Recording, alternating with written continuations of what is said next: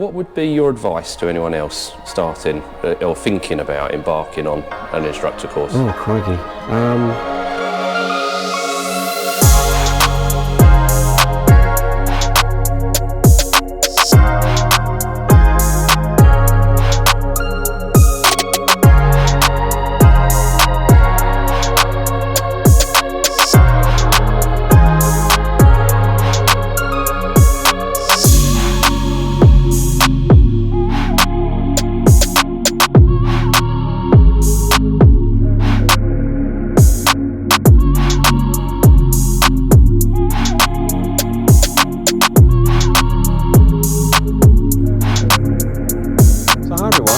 Welcome to the channel.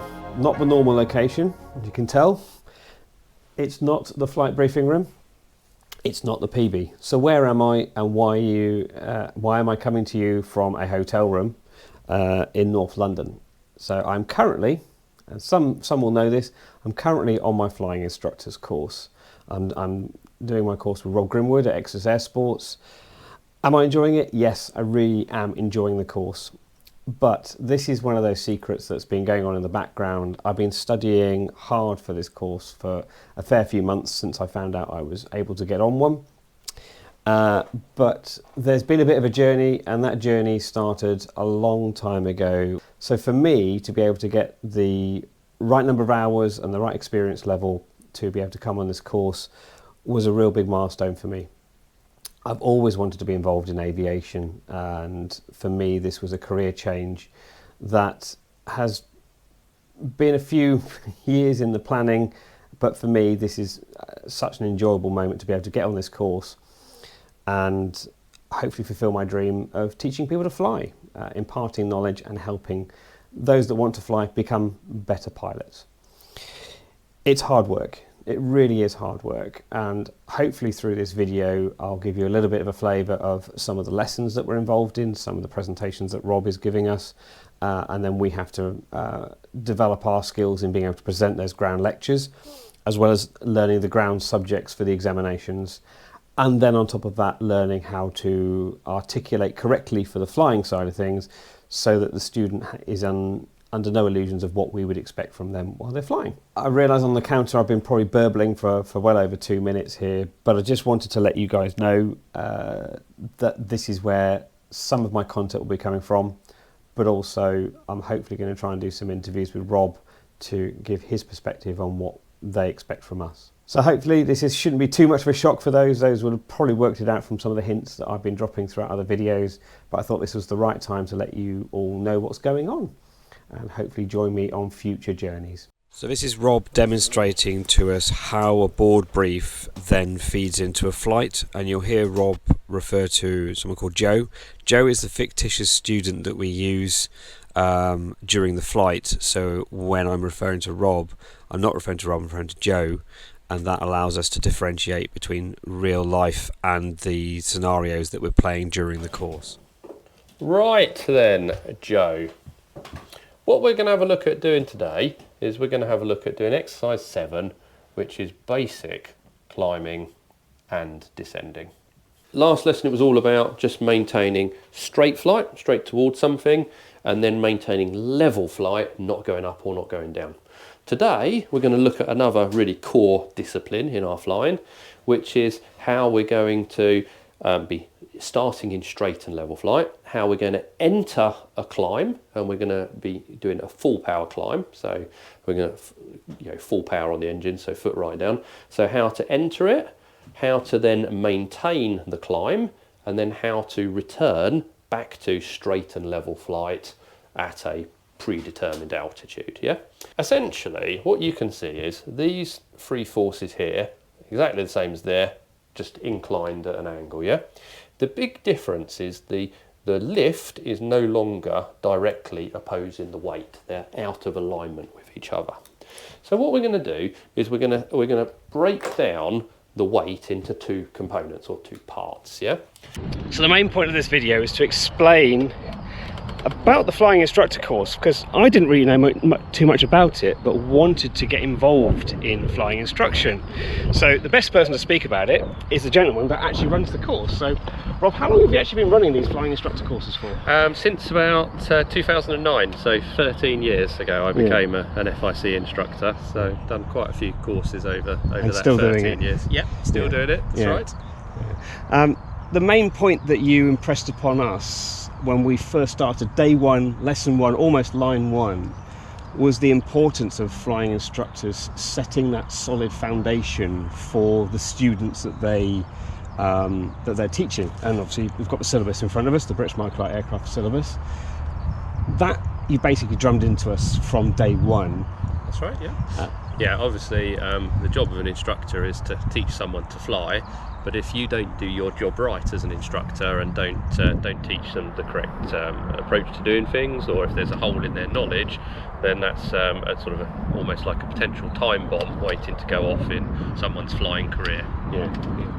I alluded to right at the beginning of this chat about trying to get involved with flying instruction. I said I found it a little bit challenging getting that information.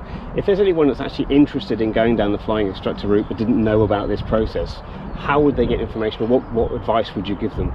Well, there's information on the BMAA website. I think it talks about what do I need to do to become a flying instructor.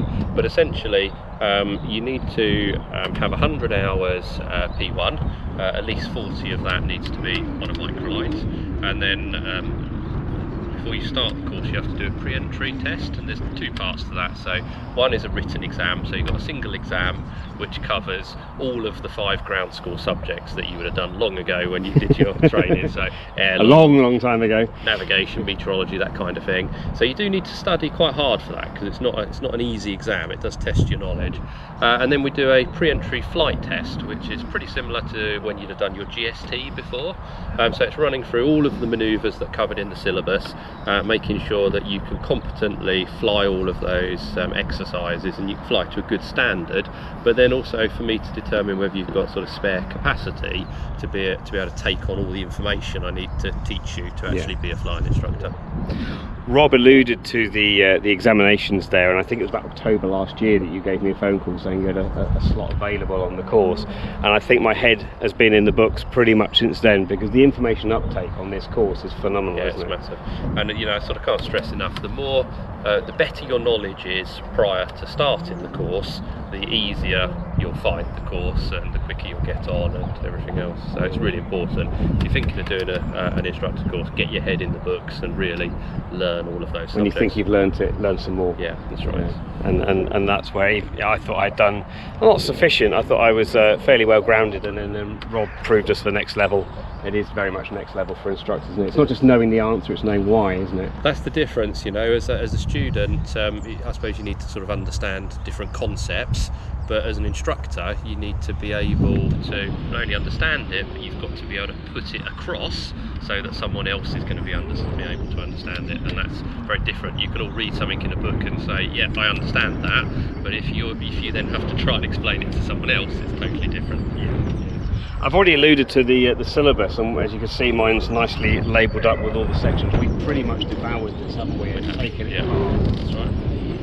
The biggest thing that you've impressed upon us is correct terminology, and the board briefs were a novel addition to my repertoire. Yeah, so there's essentially sort of 3 parts to the flying instructor course. There's obviously the flying, being able to demonstrate to a student how to do something, and then being able to watch what the student is doing, pick up faults and correct them and coach them through.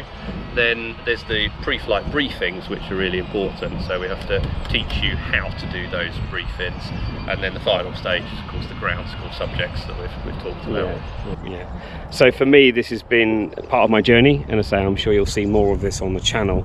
If you want to know more information about the bursaries that are available, then go on the BMAA's website. in addition to this video, there was also the instructor conference which you presented at, and that was about 3 weeks ago, wasn't it? Yeah, about 3 weeks ago. So there'll be some interviews on that instructor conference with some of the people that are involved, and Rob Hughes again, he's in there as well, and also Andy Phillips, who's on the course.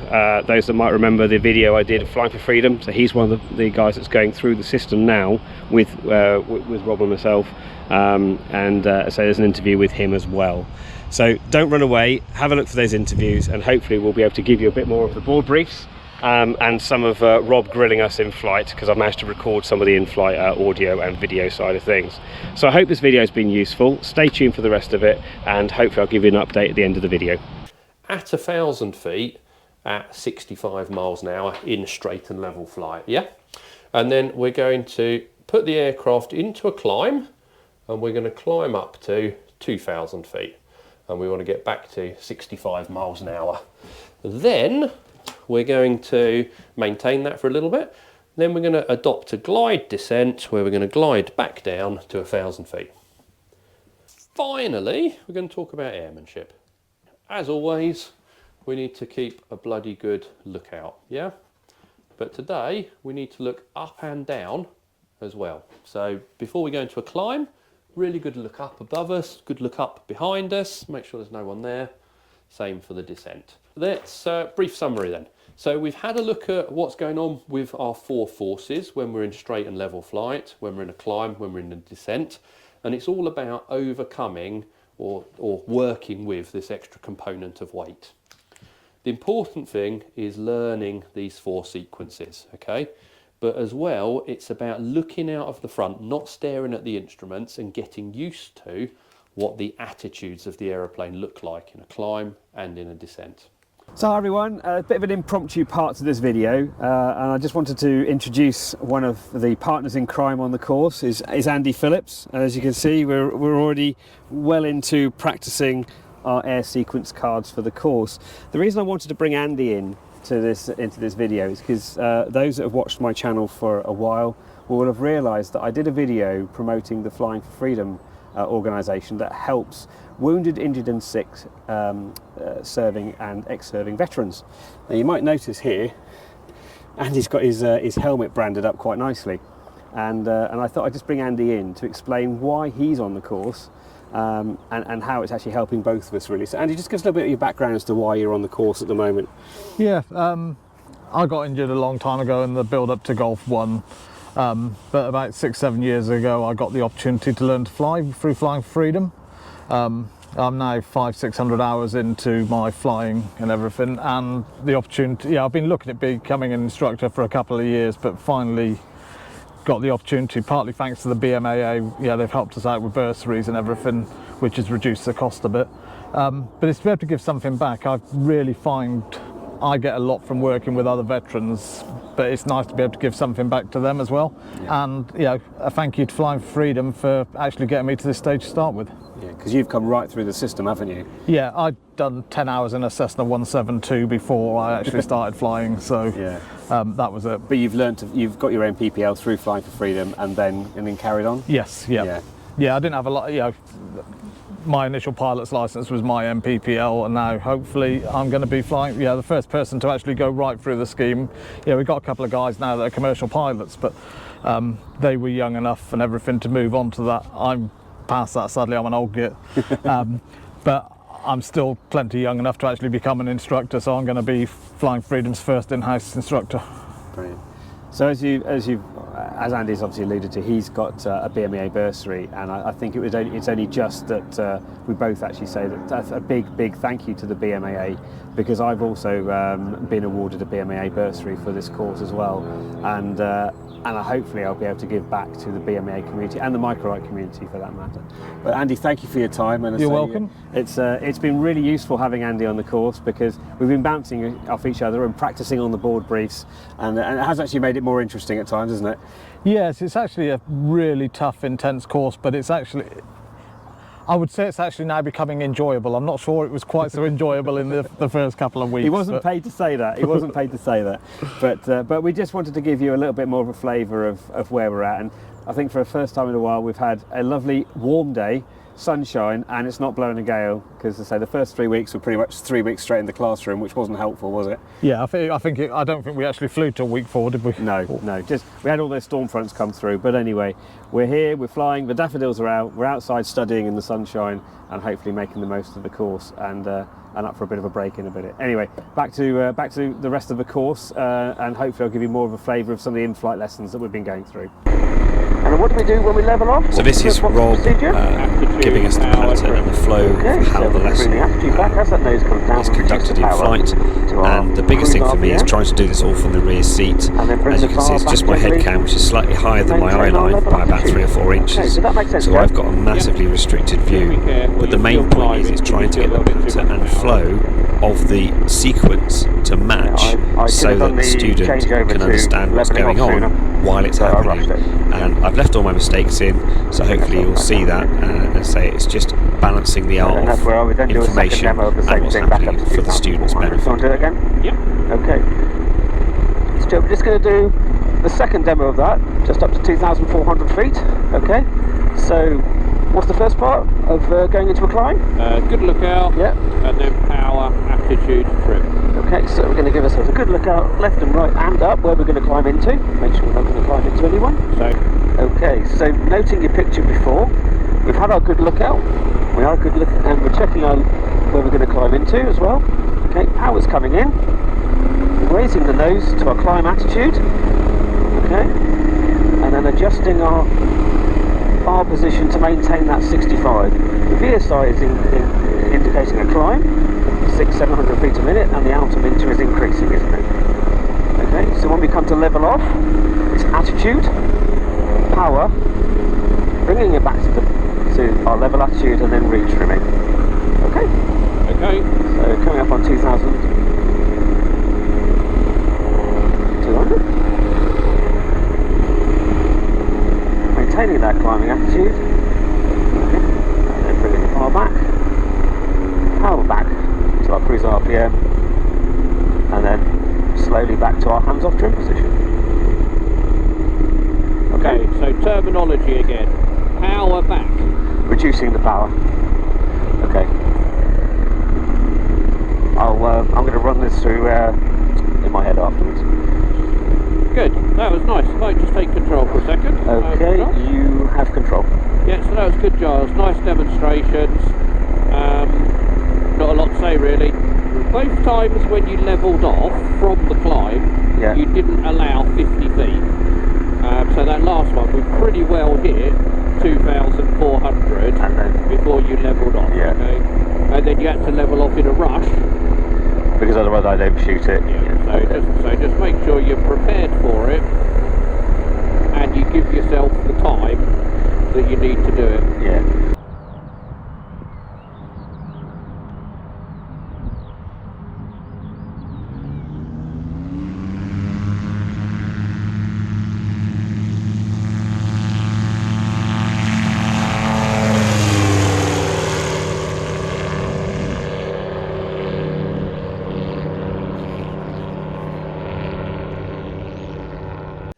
Right, so hi everyone. This is near the end of the video, but don't run away yet. So the instructor course. I had some very good news yesterday. I was given a handshake from Dave Garrison, who was my examiner, and I've passed. It hasn't really sunk in yet. I don't think it will sink in for a couple of days. But what I'm going to do is, it's not going to be an outro from me. I'm going to get Rob to actually ask me some questions, because he's got a different perspective on how it's worked and how it's run and seen it from the outside. He's grinning already because I know. And he's seen it from the inside. And he's seen it from the inside as well. And hopefully you'd have seen from some of the clips throughout the video of me getting it wrong, how Rob's teaching the course, how we're doing the board briefs as well. So this isn't a how to do the instructor's course. This is giving people a flavour of how this course runs. Firstly, before we go into the questions, I want to say a big thank you to the BMAA, because I was on the bursary scheme, which I think you introduced, didn't you? Yeah, that's right. It was my idea. Your idea. Council. Yeah. So I've taken great benefit of that. So this is a big thank you to the BMAA for that side. So Rob, over to you. Grill me again about your thoughts of how this has gone. Obviously, when you first spoke to me about coming along doing the course and asking me what was involved, and we had a chat, and how I said it was going to be one of the hardest things that you've ever done. Yes. Now you're at the end of that long line and long process. How do you think it's gone? Has it gone like you expected? What's been different? What's been the lows and what's been the highs? There have been highs and there have definitely been lows, and in all of my professional career, is probably the politest way to put it, this has been the hardest thing I've ever done, and it works on so many different layers and levels. Yeah. Not just can you recite facts, it's not about reciting facts, it's about can you present the information, patter, speed, timing, understanding the individual. It works on so many human levels as well as academic and physical. I mean, it's a massive thing, isn't it? I've been trying to basically teach you a whole new career. Yes. And you know, you can spend years learning a career, can't you? And we've been trying to get it over to you very quickly. So there is a huge amount of information, and it's tough, isn't it? The work involved is really hard. I mean, we started in February. The conditions were completely different then. I did it in June. Yeah. It was rough, to say the least. So it certainly put you in a different perspective. And we've joked about this. I've not actually flown the Delta Jet from the front seat yet. I've done about 9 hours in the aeroplane only from the rear seat. Really comfortable. This isn't a plug for the Delta Jet, but it just makes you look at the aircraft in a completely different way. So 3-axis guys, try flying it from the rear seat in a flex wing. It's completely different, isn't it? It is, absolutely. But yeah, it's quite a difference sat here in June in nearly 30 degrees from where we started in February. Sub-zero temperatures, freezing. Sub-zero. And of course we never got to fly for the first, 3 weeks of the course, because the weather was just rubbish. Yeah. So what would be your advice to anyone else starting or thinking about embarking on an instructor course? Oh, crikey. You've got to want to do it. Yeah. You've generally got to want to do it, in terms of it's not just a weekend thing, is it? You've got to want to do it all the time. Yeah. I've spent about the best part of 9 months solidly learning from books. Really? It never showed. This is what I've had to put up with the entire time.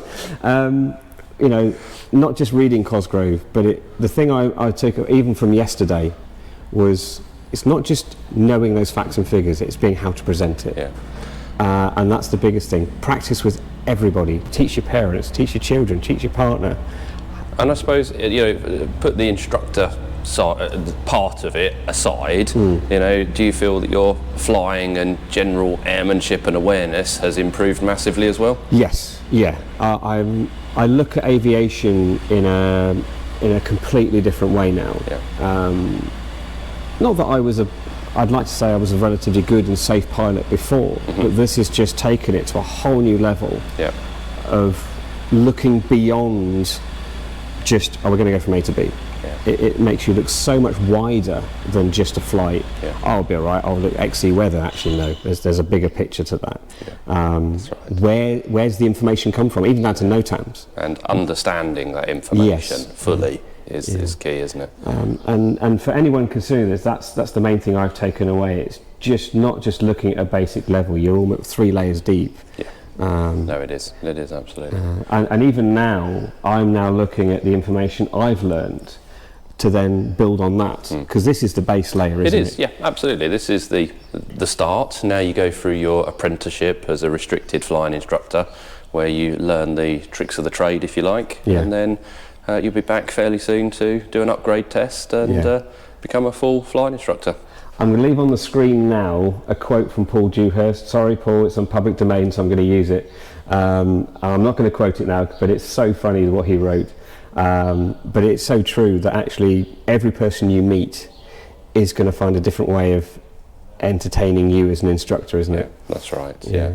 And eventually you learn all the different ways that people try and kill you, and then you can almost smell them coming up. But yeah, good. So all it leads me to is say congratulations, Giles. Well done. Thank you very much. We'll see you soon. And hopefully that's given you all a flavour of what I've been through, the highs and lows. And there was definitely a few lows of where you think, am I cut out for this? And then you pick yourself up dust off the books again, understand where you went wrong and move forward. So I'm going to go and give you some thoughts of my own in a minute, and so don't run away just yet. So I'm still at Plaistows now. I stayed here overnight because I was absolutely shattered by the end of the day. The exam is a full-on day, and they did prepare me for the fact it would be a long day, and it certainly was. A big thank you to Dave Garrison. I really enjoyed it, and I enjoyed it afterwards. And I learnt so much from you as well. It's a nice educational process to go through. The course, yes, it's tough, but don't think that it's not achievable. If I can achieve it, anyone can achieve it. Just learning the information and making sure that you're prepared, and having someone to support you through the process. My partner's been very supportive of it, my family have been very supportive of it, and my friends, Mark as well, Alan, all have helped me prepare for this and get me to where I am now. Day 2, I think it's sinking in that I've passed. It still doesn't feel real at the moment because of just the way my brain is, but I'm sure I'll be smiling on the way home, and I'm looking forward to the people I'm going to meet on the way. So anyway, we'll wrap this video up here. Until next time everybody, fly safe.